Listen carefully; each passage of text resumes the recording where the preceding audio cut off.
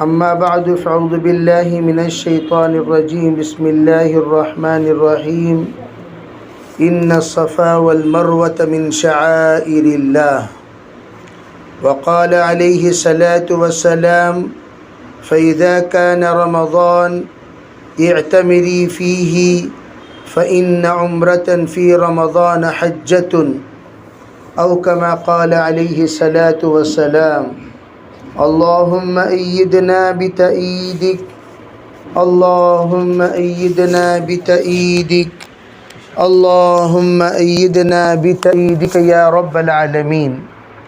محترم معزز بھائیوں، بزرگوں، پردہ نشی محترم خواتین، اللہ تعالیٰ نے جن اسفار کو دنیا میں مسنون قرار دیا ہے اور جس کا حکم دیا ہے، وہ اسفار جو تمام انبیاء، صلحاء، اتقیاء، اولیاء، مجتہدین، مجددین کیا کرتے تھے، وہ سفر حج اور عمرے کا سفر ہے.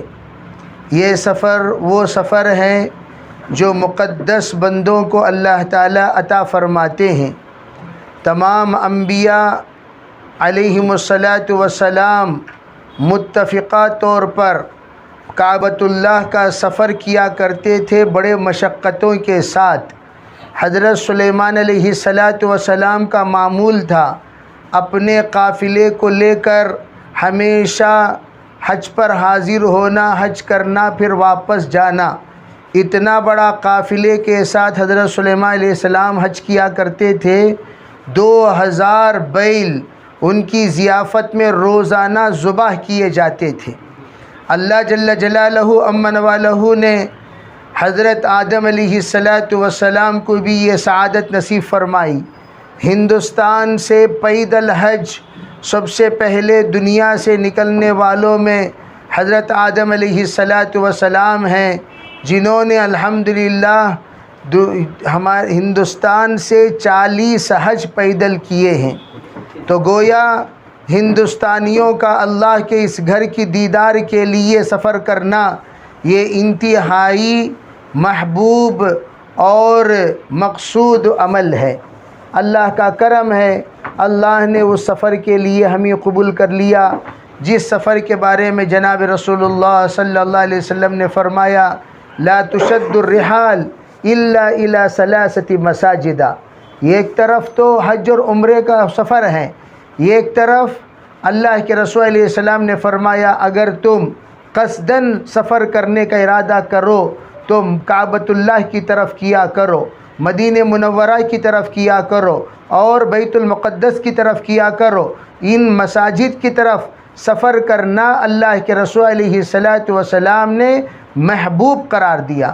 ہم لوگ بڑی ہی خوش نصیب لوگ ہیں کہ الحمدللہ اللہ نے قبول کیا. اللہ اپنے فضل سے انشاءاللہ ان قریب ہمیں اس سفر کا موقع دے گا جس مقدس سفر کے لیے انبیاء، صلحاء، اولیاء تمنا کیا کرتے تھے. علماء فرماتے ہیں جب یہ سفر کریں تو ایسے موقع پر چند باتوں کا خیال کریں. خذوا زینتکم عند کل مسجد. مسجدوں کی طرف جانے سے پہلے اپنے آپ کو مزین کر لیا کرو. علماء فرماتے یہ کہ عمومی مسجد جو اپنے محلے کی مسجد ہوتی ہیں، یہ کہے وہ مسجد جس مسجد کا سفر اللہ کے نزدیک محبوب ہے، مطلوب ہے، وہ کعبۃ اللہ جس کو ہم مسجد حرام کہتے ہیں، اور مسجد نبوی جس کو ہم اللہ کے رسول علیہ السلام کی مسجد کہتے ہیں. ان مسجد کی طرف ہم جب سفر کریں تو ہماری طرف پہلا قرآن پاک کا حکم یہ متوجہ ہوتا ہے: جو بھی لباس تم اپنے صندوق میں رکھو، اپنے بستے میں رکھو، وہ لباس مسنون لباس ہونا چاہیے، کوئی بھی غیر مسنون لباس نہ ہو. ہماری خواتین خاص طور پر اس کا خیال رکھیں. پورا ہاتھ والا اور گلے کے اعتبار سے بھی اوپر نیک تک، اوپر گلے تک پہنچنے والے لباس، اور یعنی جس طریقے سے مردوں کا جبہ ہوتا ہے وہ پیچھے بھی اور آگے بھی، اس طرح جو گلے تک اپنے مکمل استر ہو ایسے لباس ہم لے لیا کریں۔ جو لباس بالکل ڈھیلا ڈھالا ہو اور کامل و مکمل ہو اور بالکل وہ موٹا ہو، موٹا سے مراد ایسا جس سے بدن ڈسپلے نہ ہو، ایسا لباس ہم لوگ رکھ لیا کریں۔ دوسری بات علماء فرماتے ہیں جو بھی ساز و سامان سفر کے جو لوگ الحمدللہ جماعتوں میں آنے جانے کے عادی ہیں، ان احباب کو اس بات کا اچھا تجربہ ہے سفر میں کون سی چیز لینا چاہیے۔ الحمدللہ لے کر ہم لوگ اپنے منزل تک پہنچیں گے۔ جس وقت ہم تلبیہ پڑھیں اور تلبیہ سے پہلے ہم غسل کریں، غسل کرتے وقت اللہ سے سب سے پہلے توبہ استغفار کر لیں، اپنے بندوں سے جو ناراضگیاں ہیں وہ ناراضگیاں ختم کر لیں۔ اگر براہ راست جا کر ختم نہیں کر سکتے، میسیجز کے ذریعے سے، وائس میسیج کے ذریعے سے ختم کر لیا کریں، تاکہ ہم لوگ صاف و شفاف ہو کر اللہ کے دربار میں حاضر ہوں۔ جس وقت ہم لوگ غسل کر لیں، فرمایا اس طرح پاک ہو جایا کریں جس طرح ایک نو مولود بچے کو پاک حاصل کیا جاتا ہے، اسی طریقے سے ہم گناہوں سے پاک ہو جایا کریں۔ پھر احرام مرد حضرات باندھ لیں گے، اور مستورات کے لیے جو لباس ہے وہی لباس ہے، بس احرام کی نیت کر لینا ہے، ان کے لیے الگ لباس نہیں ہے۔ جیسے عام طور پر لوگ احرام کے لیے اوڑھنی لے کر آتے ہیں، سفید اوڑھنی، اور اس کو کہتے ہیں احرام کے لباس کی نیت سے پہن لو۔ کوئی ضروری نہیں ہے، جو لباس ہم پہنتے ہیں اسی لباس میں احرام کی نیت کر لیں۔ بس نیت کرنے کے بعد 2 رکعت صلاۃ الاحرام پڑھ کر، اگر آپ ڈائریکٹ یہاں سے جا رہے ہیں تو آپ کو یہیں سے احرام باندھ لینا ہے۔ اگر آپ ویا جا رہے ہیں جہاں پر آپ کا ٹرانزٹ ہوتا ہے وہاں پر آپ احرام باندھ لے سکتے ہیں، وہیں پر نیت کر لے سکتے ہیں، وہیں پر آپ 2 رکعت نماز پڑھ لے سکتے ہیں۔ لیکن غسل کا موقع ملے گا یا نہیں ملے گا یہ پتہ نہیں، اس لیے یہیں پر غسل کر لیا کریں۔ وہ صابن استعمال کریں جس میں خوشبو نہ ہو، وہ صابن استعمال کریں جس کے ذریعے سے کھجلی ختم ہو جائے۔ تو چنانچہ ہم لوگ کہتے ہیں مارگو جو ہمارے یہاں بغیر خوشبو والا صابن ہے، نیم کا صابن ہے، سکن کے لیے بہت مفید ہے، وہ لے لیا کریں، اور سلپ نہ ہونے والے چپل لے کر آپ حضرات تیار ہو جائیں۔ اب آپ کا وقت آ گیا تلبیہ پڑھنے کا، اللہ لبیک جس وقت آپ پڑھیں تو ایسے موقع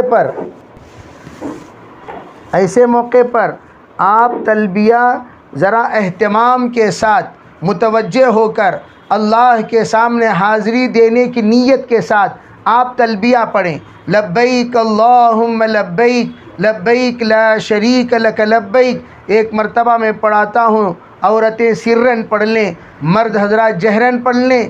لبیک اللہم لبیک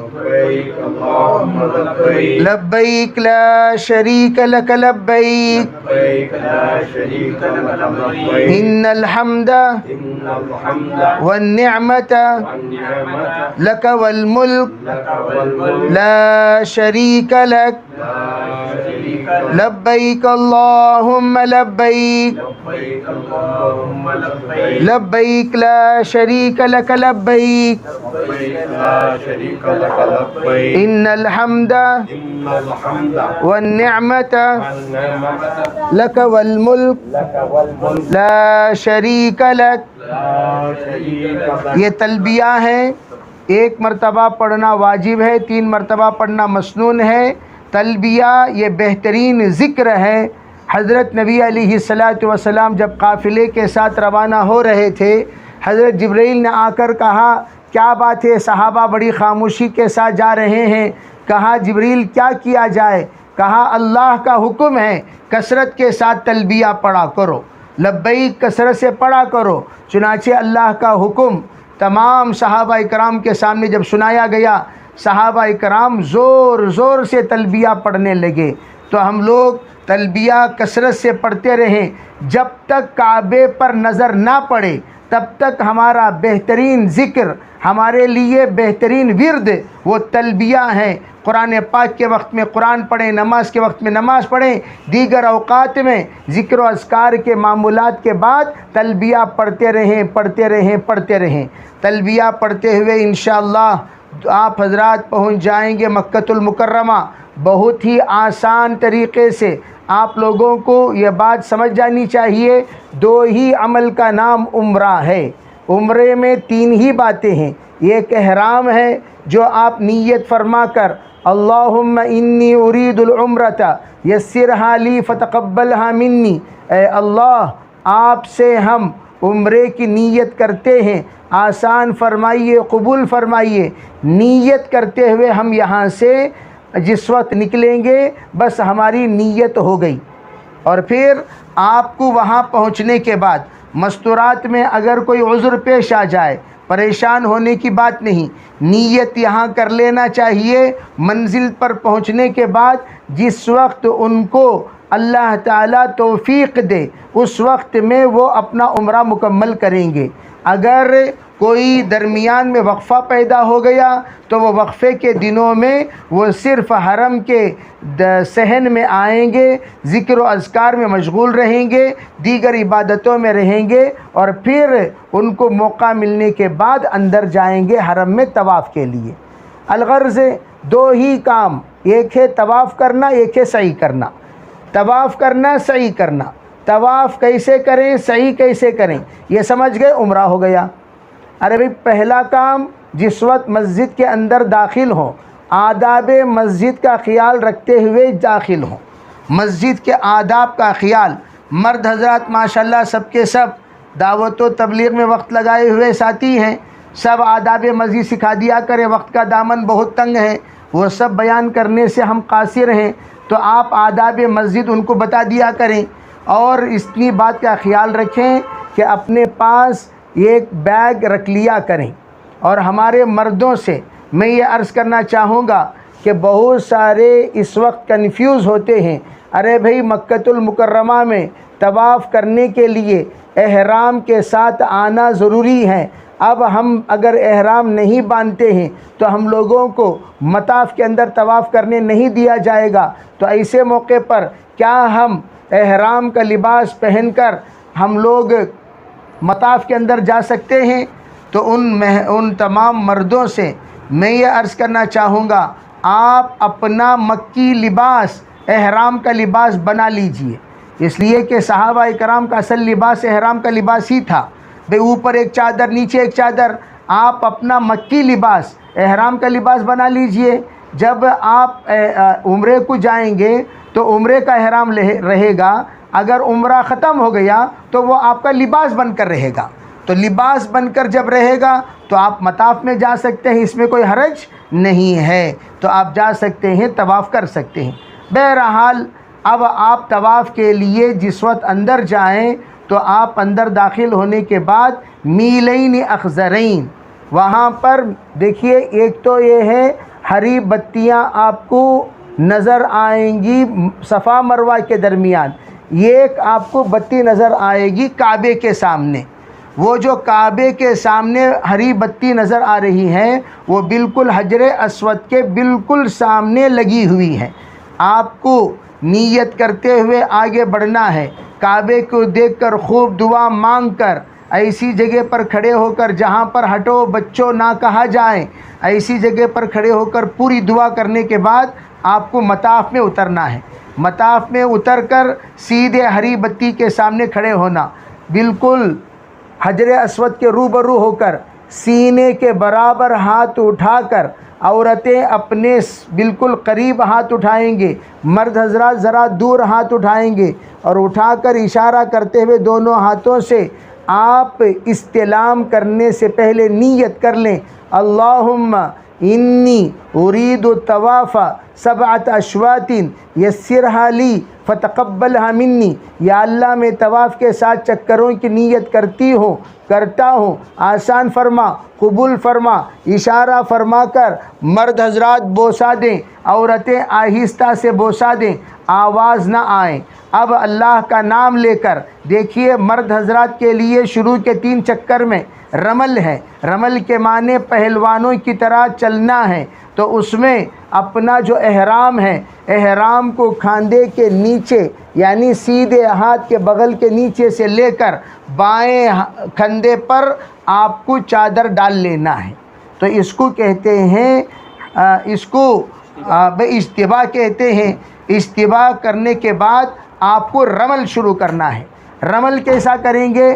پہلوانوں کی طرح 3 چکر لگائیں گے۔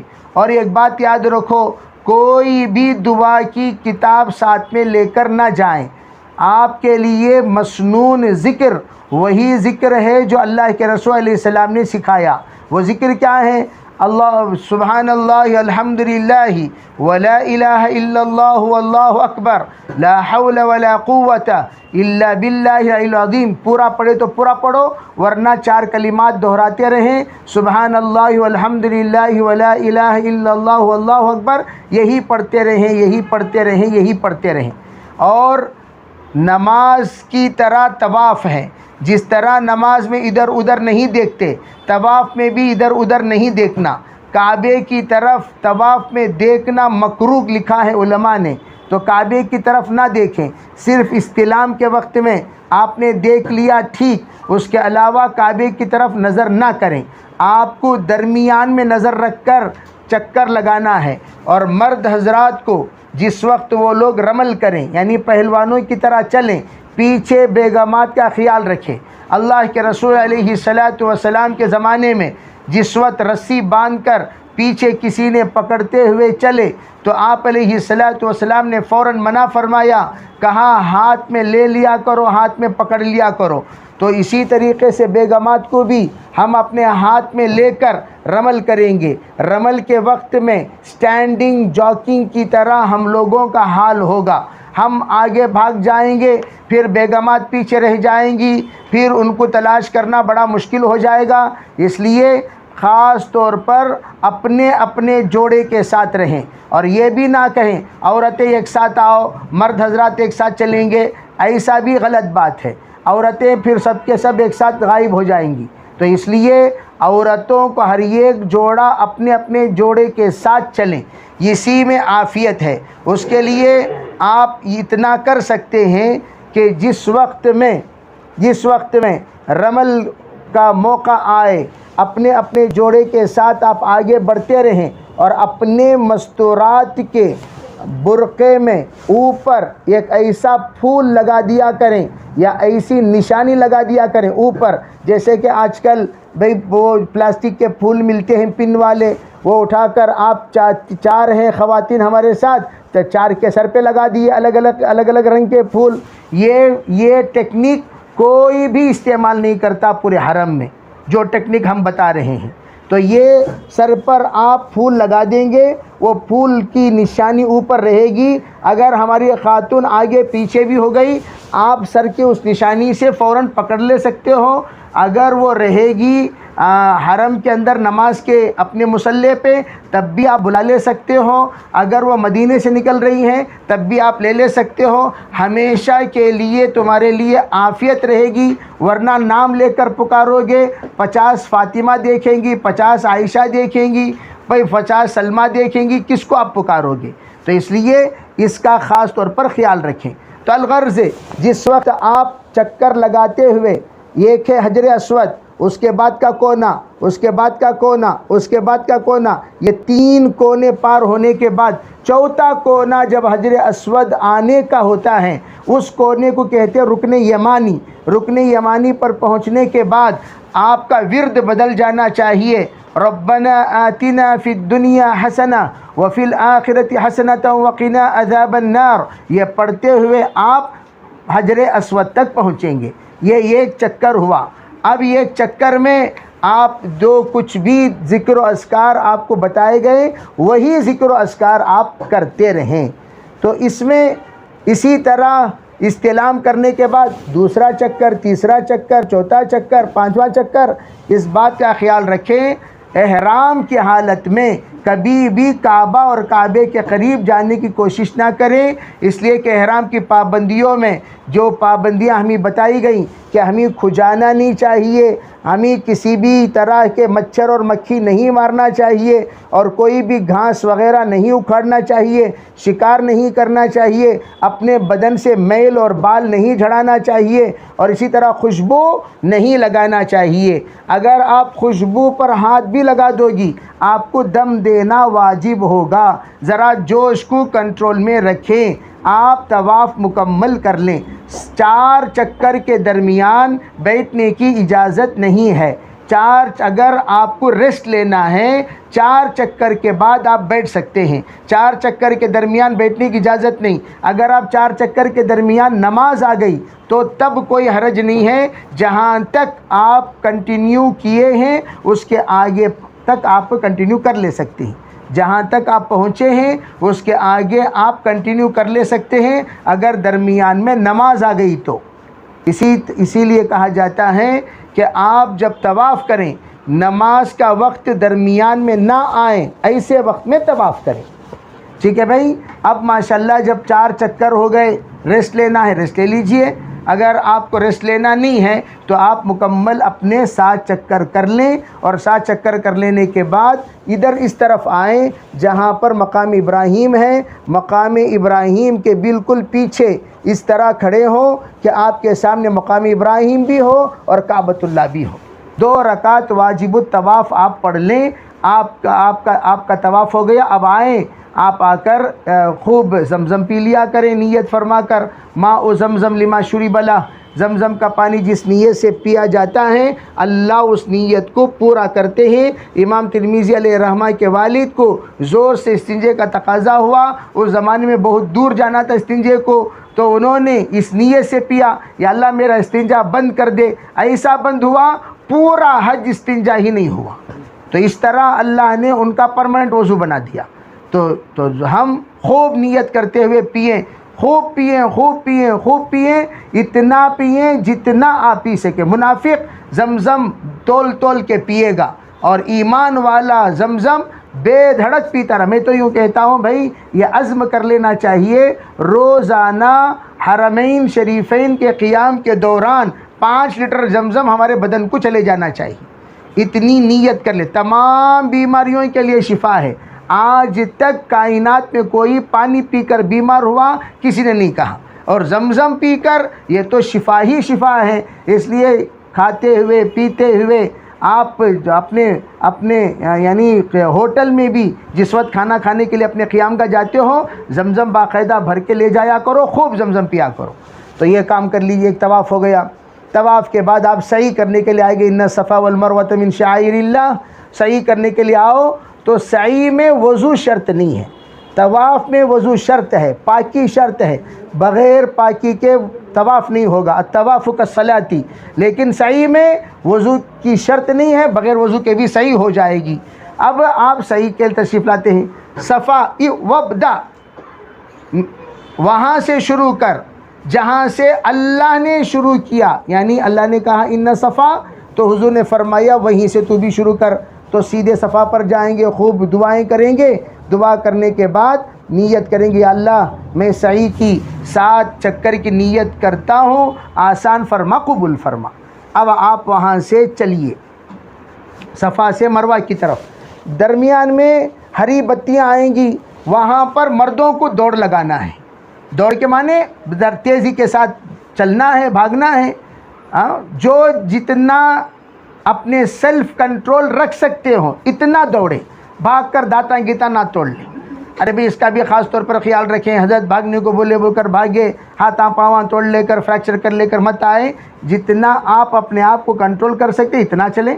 اور حضرت ہاجرہ نے دوڑ لگایا تھا، دیکھیے وہ جگہ حضرت ابراہیم چھوڑ کر گئے، حضرت ہاجرہ بیوی ہونے کی حیثیت سے کہا صفا مروہ کے درمیان میں رہ، ہاجرہ وہیں رہی، وہاں سے ہٹی نہیں۔ نتیجہ کیا ہوا؟ اور انہوں نے یہ سوچا کہ میرے شوہر جہاں کی حکم دیے ہیں وہیں اگر میں رہوں گی، اللہ کی مدد میرے ساتھ شامل حال ہوگی۔ شوہر کی بات مان کر ایک قدم باہر نہیں رکھا، صفا سے مروہ، مروہ سے صفا، صفا سے مروہ، مروہ سے صفا دوڑ لگائی تو اللہ نے پرماننٹ برکت کی چیز زمزم عطا فرمائی۔ وہ شوہر کی بات ماننے کی برکت سے اللہ نے عطا کی ہے، تو وہاں جانے کے بعد تمام عورتوں کو اس کا احساس ہونا چاہیے شوہر کی بات ماننا ہر ایک عورت پر کتنا ضروری ہے۔ صفا مروہ یہ ہماری تعلیم دیتے ہیں۔ اور ہم مرد حضرات، حضرت حاجرہ کے دوڑ ایسا دوڑ تھا، فرمایا قیامت تک آنے والے عورتوں پر سے اللہ نے دوڑ کو معاف کر دیا۔ اب مردوں سے کہا کہ تم دوڑ لگاؤ، اس لیے کہ تمہارے بدل میں کوئی دوڑ نہیں لگائے، تو تم دوڑ لگاؤ۔ اب مرد حضرات ماشاءاللہ کمانے بھی دوڑتے ہیں، صحیح میں بھی دوڑتے ہیں، تو وہاں بھی دوڑنا پڑتا ہے، ان کو کوشش کرنا پڑتا ہے، صحیح کے معنی کوشش، اور کوشش مرد حضرات کو وہاں سے وہاں دوڑ کر وہاں کھڑے ہو جائیں، اپنے بیگمات کے انتظار میں پھول کی طرف صرف نظر رکھیں، جہاں پر میں نے کہا آپ حضرات کو عربی وہ نشانی آ جائے گی ان قریب، آنے کے بعد آپ ان کو لے کر آگے بڑھیں۔ خیر بہرحال مروہ پر پہنچیں گے، وہاں بھی دعا کریں۔ حضرت جی رحمۃ اللہ علیہ 20 منٹ دعا کرتے تھے، اور ہم نے بزرگوں کو دیکھا کم از کم 10 منٹ دعا کرتے۔ ہم بھی دعا کریں، خوب دعا کریں، اجتماعی دعا کریں، کوئی حرج نہیں۔ بھی بعض لوگوں کو دعا کرنا نہیں آتا تو دعا کر لیں اجتماعی، اور اجتماعی کے بعد تھوڑی دیر وقفہ دے دیں، درمیان میں 2-3 منٹ وہ اپنی دعا کر لیں۔ ارے بھئی یہ عمرہ ہی دعا کے لیے ہم جا رہے ہیں، پھر مروہ پر جا کر دعا کریں، پھر وہاں سے صفا کی طرف آئیں، اسی طرح دوڑ لگائیں، پھر وہاں صفا سے دعا کرنے کے بعد پھر مروہ کی طرف، مروہ سے پھر صفا، صفا سے پھر مروہ، مروہ سے پھر صفا، صفا سے پھر مروہ، 7 چکر مکمل ہو گئے۔ درمیان میں آپ کو زمزم کا پانی وغیرہ جو کچھ بھی پینا ہے آپ کو پی سکتے ہیں، کوئی حرج نہیں ہے۔ بہرحال اب عورتیں اپنے بالوں کا جب مکمل ہو جائیں 2 رکعت صلاۃ الشکر پڑھ لیں، 2 رکعت صلاۃ الشکر پڑھ لیں، اور پڑھ کر اللہ سے دعا کرے یا اللہ ہمارا عمرہ جو مکمل ہو گیا اپنے فضل سے قبول فرما۔ اللہ کے رسول صلی اللہ علیہ وسلم نے جو حدیث میں نے پڑھی، یہ ایک صحابیہ حضور کے ساتھ حج کو نہیں آئی حجۃ الوداع میں، تو آپ نے فرمایا کیا بات ہے نہیں آئی؟ انہوں نے اپنا عذر پیش کیا، عذر بتایا، تو آپ نے فرمایا اچھی بات ہے، کوئی بات نہیں، جا کر تو عمرہ کر، رمضان المبارک کا عمرہ کر، تجھے حج کے برابر اللہ ثواب دے گا۔ تو رمضان کا عمرہ کوئی معمولی عمرہ نہیں، حج کے برابر اللہ ثواب دیتے ہیں۔ علماء فرماتے ہیں رات میں کرے تبھی وہی ثواب، دن میں کرے تبھی وہی ثواب۔ بعض لوگوں نے کہا نہیں دن میں کرے تو ثواب، رات میں کرے تو روزہ کہاں رہا، افطاری کر لی ہے اس لیے ثواب کم ہو جائے گا۔ متفقن علیہ بات یہ ہے دن میں کرو رات میں کرو دونوں وقت میں وہی ثواب ہے رمضان مبارک کے عمرے کا۔ عمرہ ہو گیا تو اب بال مرد حضرات حلق کر لیں، بھئی جو مرد حضرات ہیں وہ حلق کر لیں، محلقین پر خصوصی اللہ کے رسول کی دعائیں ہیں اور اللہ کی رحمتیں ہیں۔ مستورات 1 انچ اپنے بال کاٹ لیں، 3 حصہ بنا کر دائیں بائیں اور پیچھے اپنے بال 1 انچ کاٹ لیں، بس ان کا عمرہ مکمل ہو گیا۔ اب یہاں پر آپ کو میں بتاؤں کہ جب عمرہ ہو گیا تو اپنی طاقت کے اعتبار سے نفل نمازوں سے افضل جب تک آپ کعبے پر رہو طواف کرتے رہو، نفل نمازوں سے افضل طواف ہے۔ یعنی بعض لوگ ہم لوگ نفل پر نفل پڑھتے رہتے ہیں، ارے بھئی یہ نفل پڑھنے سے بہتر کیا، طواف کرو طواف کرو طواف کرو، جتنا آپ کو ہو سکے اتنا کیا کرو، طواف صرف کعبے کا ہوتا ہے، اس کے علاوہ دنیا میں کسی کا نہیں ہوتا۔ تو اس لیے طواف ایسی عبادت ہے جو صرف کعبے کے سامنے ہی کی جاتی ہے، اس کے علاوہ کسی کے نہیں، تو اس لیے وہ خاص طور پر کر لیں۔ یہاں سے آپ کو وقت آ جائے گا مدینہ منورہ جانے کا، جب مدینے کا وقت آئے تو آپ کو خاص طور پر کم از کم علماء یہ فرماتے ہیں 5000 مرتبہ درود شریف کا نذرانہ سرکار کو پیش کر دینا چاہیے۔ کتنے ہزار مرتبہ؟ کیوں بھئی آپ کون ہیں حضور نہیں جانتے، ہو سکتا ہے پیر و جمعرات کو جو کارگزاری ملتی ہو سرسری طور پر ہماری باتیں آئی ہوں گزر گئی ہوں، جب بار بار درود پڑھو گے تو آپ کے درود من صلی علیہ واحدا صلی اللہ علیہ عشرہ، بھئی جو بھی ایک پڑھتا ہے درود تو اس پر 10 رحمتیں نازل ہوتی ہیں، اور آپ کا درود حضور کی خدمت میں نام لے کر پہنچایا جاتا ہے۔ جب آپ کا نام بار بار لیا جائے گا تو حضور صلی اللہ علیہ وسلم کے سامنے آپ متعارف ہوں گے کہ نہیں ہوں گے؟ تو اس لیے فرمایا مکہ جانے سے پہلے تلبیہ کی کثرت ہو، مدینہ جانے سے پہلے درود کی کثرت ہو۔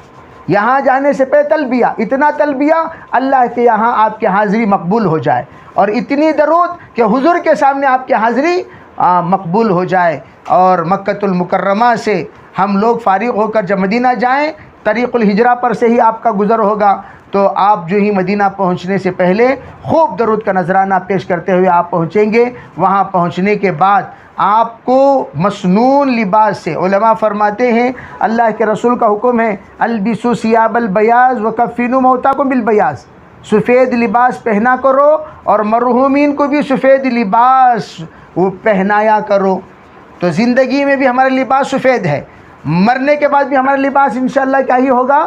سفید۔ یہاں تک کہ اوپر جو چادر اڑاتے ہیں، یا ہرا لال عورت رہے تو سب کے لیے سفید، اوپر کی چادر بھی سفید ہی ہونی چاہیے۔ یہی ہے مسنون طریقہ۔ تو بہرحال سفید لباس کا ہم اہتمام کریں، حضور کے پاس سلام پڑھنے کو جب جائیں سفید لباس، مستورات بھی مسنون کے مطابق ایک لباس سفید رکھ لیں صرف سلام پڑھنے کے لیے۔ ایک لباس کون سے رکھ لیں؟ سفید رکھ لیں۔ سفید کے معنی پلین کی ضرورت نہیں، عربی کو ڈیزائن وغیرہ کے لباس رہے تو کوئی حرج نہیں، سفید لباس ہو بس، یعنی رنگ اس کا سفید ہو تو سفید ڈیزائن والا وہ لباس رکھ لیں۔ اب ماشاءاللہ بھئی آج کل تو پہلا ایک زمانہ تھا، بڑی آزادی تھی ماشاءاللہ، جب چاہے حضور کی خدمت میں روز اقدس پر حاضر ہو کر، اس وقت کی ہم نے بڑی ناقدری کی، جس کا نتیجہ آج کل یہ ہو گیا کہ بھئی طواف میں بھی پابندی آ گئی، سلام میں بھی پابندی آ گئی، اور آپ کو باقاعدہ ٹائمنگ دیا جائے گا، اسی ٹائمنگ پر آپ کی حاضری ہوگی، اور اسی ٹائمنگ پر آپ کو آپ کے جذبات کا کوئی لحاظ نہیں رکھا جائے گا۔ میں یہ کہنا چاہتا ہوں کہ آپ کا وہ جو روضۃ من ریاض الجنہ میں حاضری کا ٹائم اور سلام کا ٹائم دونوں تقریباً ایک ہی وقت میں ہو رہا ہے، یعنی ریاض الجنہ کا جو ٹائمنگ ہے وہی ٹائمنگ آپ کا سلام کا ٹائم بھی ہے۔ وہ کب آئے گا، کون سا وقت آئے گا، وہ رات کو بھی آ سکتا، 2 بجے 3 بجے 4 بجے 5، وہ ان کی مرضی ہے، وہ میسیج کریں گے، آپ میسیج کو دے کر آپ فالو کرنا ہوگا۔ اور اس کے علاوہ عورتوں کو الگ میسیج آئے گا، ان کے لیے الگ نظام بنے گا، تو آپ حضرات کے ڈبل قربانیاں، جب مردوں کو جائیں گے تو آپ الگ جانا پڑے گا، عورتوں کے لیے جائیں گے تو آپ کو الگ جانا پڑے گا۔ ہمارے ایک بزرگ آج کل کے حالات کے اعتبار سے ایک ترکیب بتائے، اگر آپ زیادہ دیر رہنا چاہتے ہیں ریاض الجنہ میں اور زیادہ دیر آپ سلام پڑھنا چاہتے ہیں تو پہلے دعا کر لیں، اس لیے کہ دعا والوں کو جلدی اٹھا دیا جاتا ہے، نماز والوں کو نہیں اٹھایا جاتا۔ 2 رکعت نماز پڑھ کر پہلے دعا میں بیٹھ جائیں، دعا میں بیٹھے ہوئے پھر نماز شروع کر دیں۔ نمازی والوں کو ذرا چھوڑ دیا جاتا ہے، نماز میں ہیں اسے دھکا نہیں دیتے، لیکن دعا والوں کو دھکا دے کر فوراً نکال دیا جائے، بس دعا کرے صبح سے اٹھ کو جا بھگا دیں گے۔ تو نماز تو ٹیکنیکلی ہم بھی بھائی انڈین ہیں تو انڈین کے پاس بہت سارے مسائل کے حل ہوتے ہیں، تو ہم اس طرح کا ایک نظام بنا لیں۔ تو سلام کے لیے جب جائیں ریاض الجنہ سے فارغ ہو کر اللہ سے، ہمارے اکابر یہ کہتے ہیں ہمیشہ ریاض الجنہ میں کہ یا اللہ ایک مرتبہ جب میں آ گیا دوبارہ تو مجھے جنت سے محروم نہ کر۔ اللہ سے دعا کریں کہ یا اللہ جب میں جنت کو آ گیا تو جنت سے تو مجھے محروم نہ کر۔ تو جنت کی یقیناً جیسے کہ قسم کھا لے اگر کوئی، تو علماء فرماتے ہیں، خود حضور نے فرمایا کوئی ریاض الجنہ میں قسم کھائے جنت میں جا کر میں نے پھل کھایا تو وہ حانس نہیں ہوگا، اس لیے کہ ریاض الجنہ یقیناً جنت ہی ہے۔ تو ہم جائیں وہاں دعا کرنے کے بعد ہم وہاں سے جب سلام پڑھنے کے لیے نکلیں، فرمایا بڑی شرمندگی کے ساتھ مسنون لباس میں، مسنون چہرہ، مسنون نیت، پاک دل، پاک نظر، پاک ذہن کے ساتھ ہماری حاضری ہو روز اقدس پر۔ ہم ایسے حاضر ہوں بڑی شرمندگی کے ساتھ جیسا نافرمان غلام آقا کے سامنے حاضر ہوتا ہے، اس طرح اللہ کے سامنے توبہ استغفار فرما کر حضور کی ناراضگی سے حضرت مولانا یوسف صاحب رحمۃ اللہ فرمایا کرتے تھے رضیت باللہ ربا وبالاسلام دینا وبمحمد نبی صلی اللہ علیہ وسلم۔ یہ وہ دعا ہے جو دعا حضرت عمر نے حضور کی ناراضگی کو رضامندی سے بدلنے کے لیے پڑھی، تو یہ دعا ہم پڑھتے ہوئے آگے بڑھیں۔ رضیت باللہ ربا، وبالاسلام دینا وبمحمد النبی صلی اللہ علیہ وسلم، یہ پڑھتے ہوئے حضور کے روضے پر حاضری دیں تاکہ حضور کی ناراضگی رضامندی سے بدل جائے۔ بڑے ادب کے ساتھ کھڑے ہو کر الصلاۃ والسلام علیک یا رسول اللہ۔ پہلے تو ہم لوگ بڑے لمبے لمبے سلام سکھاتے تھے، لمبے لمبے وقت بھی ہوتے تھے، اب آپ کو السلام علیک یا رسول اللہ، الصلاۃ والسلام علیک یا خیر خلق اللہ، الصلاۃ والسلام علیک یا رحمت للعالمین۔ آپ سلام زیادہ نہیں پڑھ سکتے، آپ مختصر سلام فرما کر آگے حضرت صدیق اکبر کے روضے پر پہنچے، وہاں پر الصلاۃ والسلام علیک یا خلیفۃ رسول اللہ صلی اللہ علیہ وسلم یا ابا بکر، آپ ان کا نام لے کر حضرت صدیق اکبر کو سلام پڑھیں، اور پھر حضرت عمر فاروق کو الصلاۃ والسلام علیک یا امیر المؤمنین، اس لیے کہ سب سے پہلے امیر المؤمنین حضرت عمر رضی اللہ تعالی عنہ ہیں، حضرت صدیق اکبر کو یا خلیفۃ رسول اللہ کہیں، اور حضرت عمر کو یا امیر المؤمنین و خلیفۃ ابی بکر کہیں، اور یہ کہہ کر آپ سلام پڑھیں، اور سلام پڑھنے کے بعد آگے بڑھیں اور جا کر جنت البقیع والوں کو سلام کریں، اور وہاں سلام سے فارغ ہونے کے بعد 2 رکعت نماز پڑھ کر اور حضور علیہ الصلاۃ والسلام کے سامنے جو سلام پیش کیا اس سلام کی قبولیت کی دعا مانگے، اور شفاعت کی امید، سب ہول سیل سلام پہنچا دیں اللہ کے رسول کے روضے پر حاضری کے بعد۔ یا رسول اللہ، جن لوگوں کے طرف سے میں نمائندہ بن کر آیا ہوں ان سب کے طرف سے میں آپ کو سلام سنا رہا ہوں، ان سب کے طرف سے میں آپ سلام سنا رہا ہوں، یا رسول اللہ ان سب کا سلام آپ قبول کیجئے، اور میں شفاعت کی امید رکھتا ہوں، شفاعت کی آپ سے میں امید رکھتا ہوں، کہ آپ ہمارے لیے اور ہماری تمام پریوار کے لیے، پورے امت مسلمہ کے لیے شفاعت فرمائیے، شفاعت کی التجا کریں، شفاعت کی درخواست کریں حضور صلی اللہ علیہ وسلم کے روضہ اقدس پر۔ وہ 1 منٹ میں وہ کام ہم کر لینا چاہیے، پھر اس کے بعد سلام پڑھ کر باہر نکل کر 2 رکعت نماز پڑھ کر آپ دعا کر لیں۔ سب کر لیں گے بھائی انشاءاللہ۔ یہ مختصراً میں آپ کو بتا دیا، وقت بھی افطار کا بالکل قریب الختم ہے، مختصر دعا کر لیں گے تاکہ افطاری میں کسی بھی اعتبار سے پریشانی نہ ہو۔ درود شریف پڑھ لیں۔ اللہم صلی علی سیدنا محمد وعلی آل سیدنا محمد وبارک وسلم۔ اللہم ارنا الحق حقا وارزقنا اتباعہ وارنا الباطل باطلا وارزقنا اجتنابہ۔ اللہم آت نفوسنا تقواہا وزکھا انت خیر من زکاہا انت ولیہا ومولاہا واہدنا الی سواء السبیل واہدنا الی سواء الصراط۔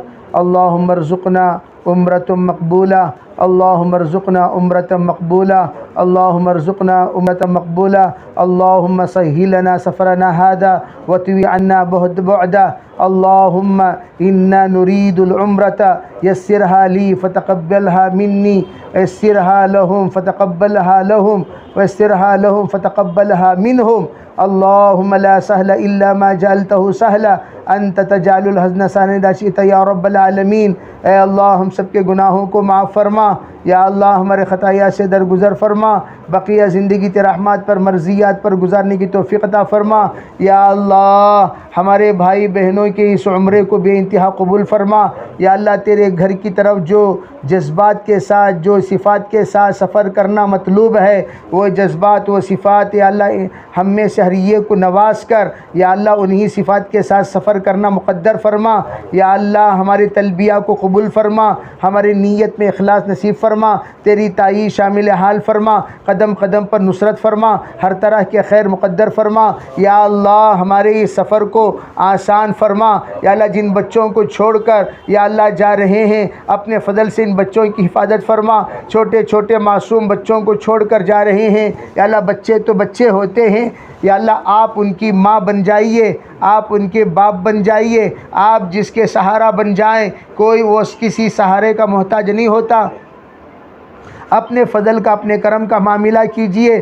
یا اللہ اس سفر کو پورے خاندان کے قبول ہونے کا سفر بنا دیجئے، پورے نسل کے قبول ہونے کا سفر بنا دیجئے، برکتوں کا سفر بنا دیجئے، رحمتوں کا سفر بنا دیجئے، مغفرتوں کا سفر بنا دیجئے۔ یا اللہ ہمارے اس گھر کے جتنے مرحومین ہیں، خصوصاً مولی انیس صاحب کے والدہ محترمہ کے مغفرت کا سفر بنا دیجئے، ایصال ثواب کا سفر بنا دیجئے۔ یا اللہ جتنے ہمارے قریبی اور بعیدی رشتہ دار یا اللہ تیرے پاس پہنچ چکے ہیں، سب کے لیے عافیت کا سفر بنا دیجئے۔ یا اللہ پوری امت کے لیے خیر کے فیصلوں کا سفر بنا دیجئے، پورے ہندوستان کے لیے امن کا سفر بنا دیجئے۔ یا اللہ آپ کے یہاں دیر ہے اندھیر نہیں ہے، یا اللہ اس سفر کو قبول فرما لیجئے، حضور کے روضے پر حاضری کو قبول فرما، یا اللہ تیرے گھر کے طواف کو قبول فرما، صفا مروہ کی سعی کو قبول فرما، میلین اخضرین کے درمیان کے دوڑ کو قبول فرما، تلبیہ کو قبول فرما، زمزم پینے کو قبول فرما، یا اللہ مقامات مقدسہ کی زیارت کو قبول فرما۔ یا اللہ ہم بڑے گندے زبان کے ساتھ، گندی نظروں کے ساتھ، گندے سوچ کے ساتھ، گندے جذبات کے ساتھ تیرے دربار میں حاضر ہو رہے ہیں۔ یا اللہ ہم گندے ہیں، تیرا گھر پاک ہے، تیری ذات پاک ہے، تیرا راستہ پاک ہے، تیرا احرام پاک ہے۔ یا اللہ عمرہ والا عمل پاک ہے، تلبیہ پاک ہے۔ میرے اللہ ہماری گندگی کو اپنے فضل سے دور فرما، یا اللہ اپنے فضل سے دور فرما، ہمیں پاک بنا دے اللہ، ہمیں پاک بنا دے اللہ، ہمیں پاک بنا دے اللہ۔ پاکی کے ساتھ ہم جائیں، پاکی کے ساتھ ہم آئیں، ایسے فیصلہ مقدر فرما، امن کے فیصلے فرما، عافیت کے فیصلے فرما۔ یا اللہ اس گھرانے کو بے انتہا قبول فرما۔ یا اللہ برکتوں کا، رحمتوں کا، عافیتوں کا، عزتوں کا، مقامات کا گھرانہ اس کو بنا دے۔ یا اللہ اس گھر کے تمام مردوں کو بھی قبول فرما، عورتوں کو بھی قبول فرما، تمام رشتہ داروں کو قبول فرما، تمام متعلقین کو قبول فرما، تمام حاضرین کو قبول فرما۔ یا اللہ جس گھر میں جتنے بچے ہیں ان بچوں کا مستقبل بہتر سے بہترین بنا دے۔ یا اللہ جتنے بچے ہمارے ہیں سب کو قبول فرما لے اللہ۔ رمضان المبارک کے مبارک مہینے کی مبارک گھڑیوں میں تیرے گھر کی حاضری کی ہم نے نیت کی ہے، ہر طرح کی سہولت نصیب فرما۔ یا اللہ اس حاضری کی برکت سے عافیت کا، رحمت کا، عزتوں کے فیصلے فرما ہمارے۔ یا اللہ خاتمہ بالخیر کے فیصلے فرما، خاتمہ بالخیر کے فیصلے فرما۔ کسی محتاج کا محتاج بنائے بغیر زندگی گزارنے کی توفیق عطا فرما، استغنائیت والی زندگی عطا فرما، ہمارے ضروریات کو غیب سے پورا فرما، ہمارے مدارس و مساجد کی ضروریات کو غیب سے پورا فرما۔ یا اللہ تیرے قرآن کے خدام کی خدمت کی بے انتہا قبول فرما، غیب سے ہمارے ضروریات کو یا اللہ تیرے نیک برگزیدہ بندوں کے ذریعے سے پورا فرما۔ یا اللہ اپنے فضل سے، اپنے کرم سے ہماری دعاؤں کو قبول فرما۔ ربنا تقبل منا ما كان صالحا وصحنا ما كان فاسدا، سبحان ربك رب العزة عما يصفون وسلام على المرسلين والحمد لله رب العالمين۔ سبحان الله وبحمده، يا واسع